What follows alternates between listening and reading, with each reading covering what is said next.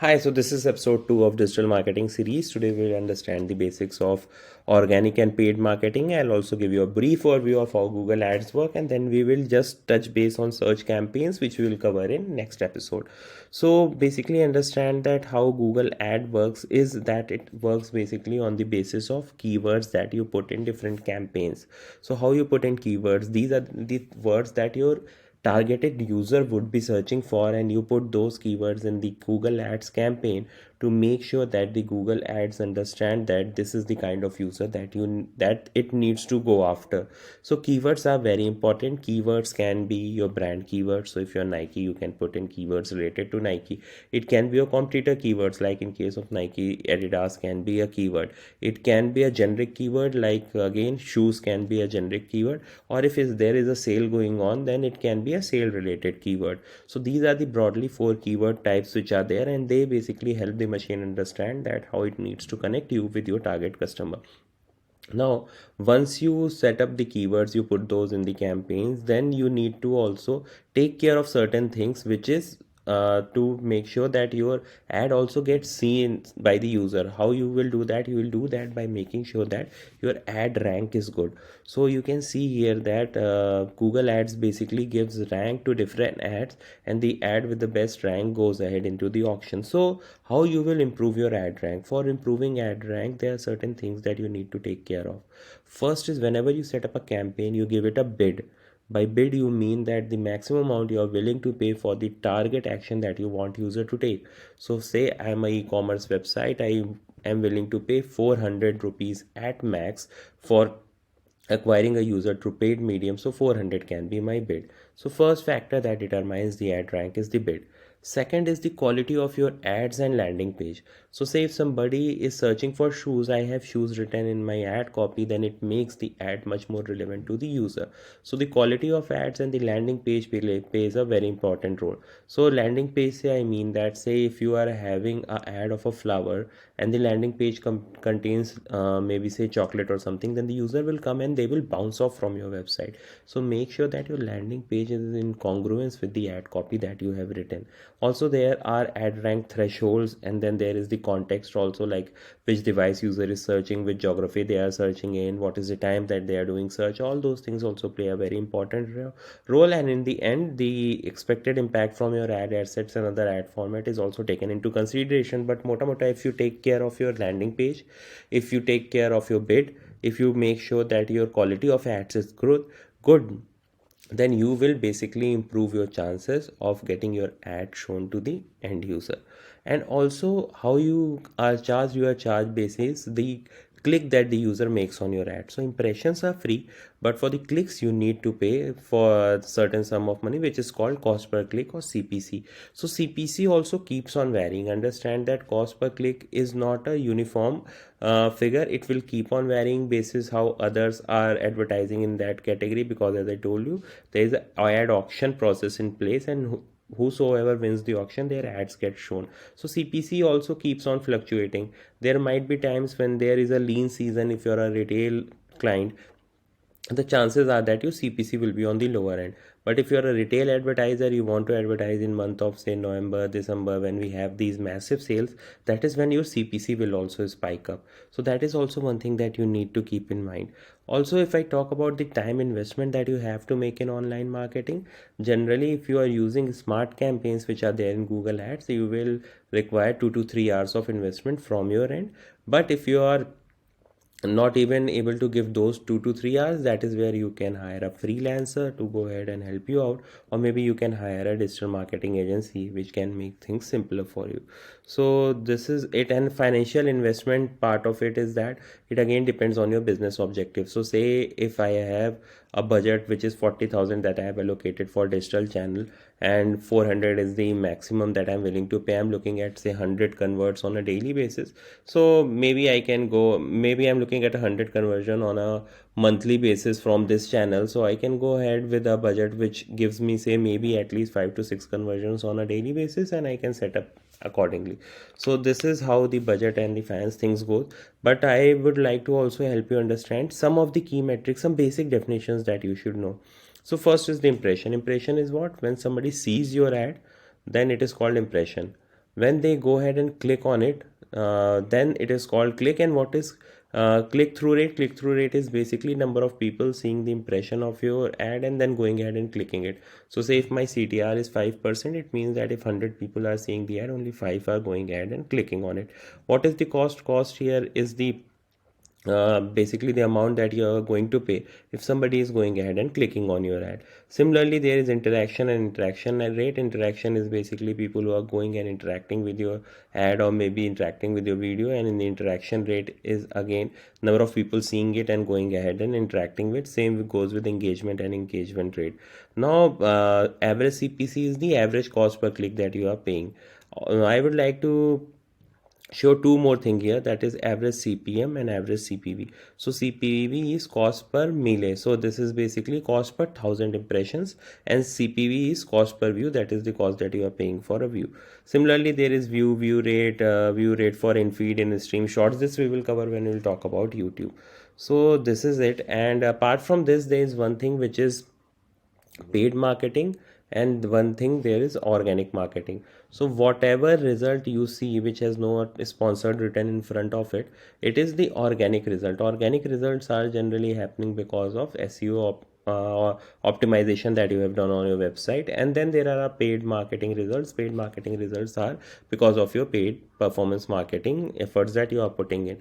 Now how paid and organic interact with each other is that once you start with the paid advertising, you see uplift in your organic advertising as well. So this is generally calculated with the help of K factor analysis. K factor analysis basically tells you that what is the causal impact of one of the marketing medium over the other. So say if I am doing a paid advertising, I am investing 100 rupees, what will be its impact on my organic listing? So what will be the impact that my organic brand will be getting? So say initially if 100 people were searching in India for my brand, if I did a paid marketing, what was the uplift? So this can be taken from Google Trends. It's a publicly available website. You can go there and you can get this information. So these are some of the key metrics. Apart from this, if I tell you, we were talking about campaign types. So if I click on here, create a campaign, so you will see that there are different campaign types. And say I start with sales may I just continue here, I start with a search campaign. So it is asking me the ways I'd like to reach my goal. Say my goal here is website visits. It's asking me my website, maybe I put it here, salaryacademy.com. Okay, now let's continue. Start new. Now see, I told you bit plays a very important role. It is asking me what I am going to optimize for. One is conversion, second is conversion value. Conversion value I'll teach you later, but say conversion for me is somebody coming and making a purchase. I'll set a target cost per action. In case this case maybe 200 rupees is something that I'm willing to pay. Let's move ahead. It is asking me that which of the networks I want my ad to be shown. So Google has some search partners also, so you can include that. That will give you incremental reach. And then there is display network. You might have seen that different websites have different ads coming on it, be it at a news website or other website. These are the websites who are display network partner of Google, so you can choose this. Then it is asking me which is the location that I want to target.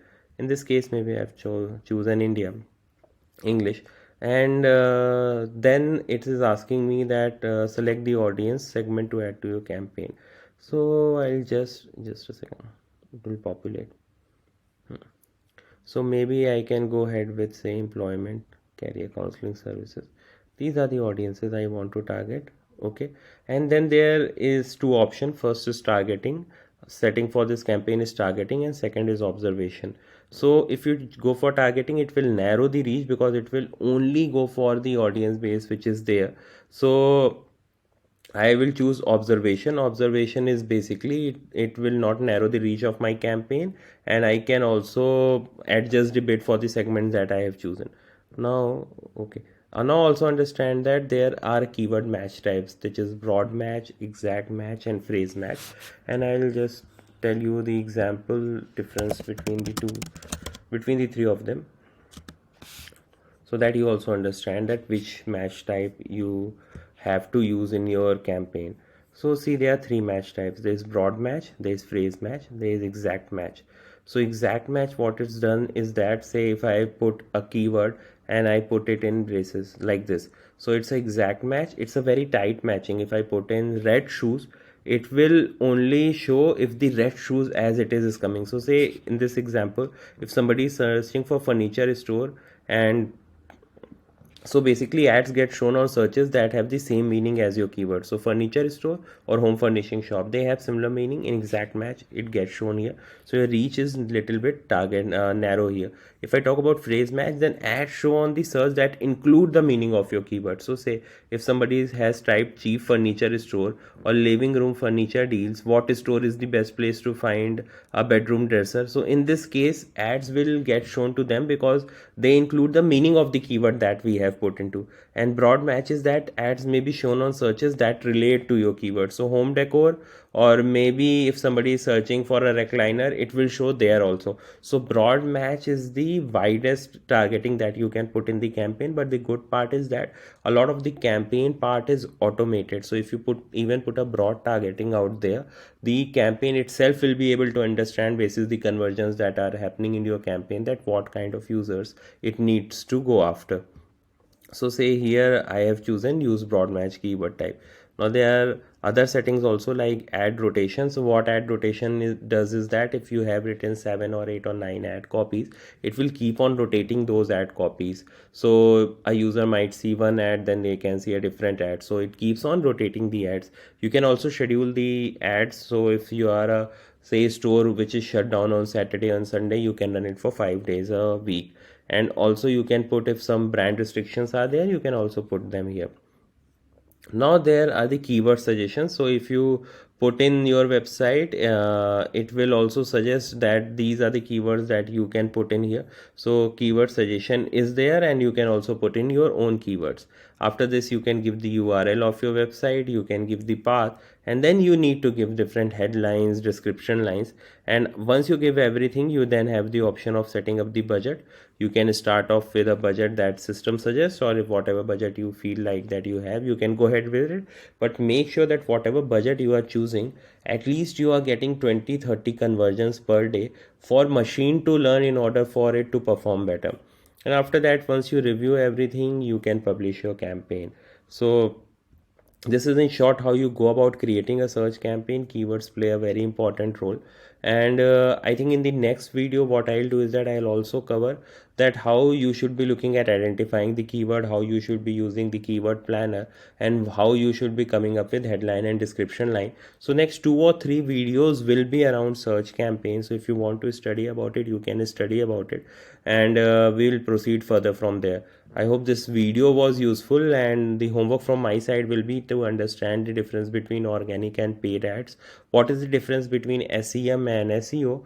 And also finally also understand that search ads is a Google product. Apple also has a similar product which is Apple search ads. So go and read about that as well.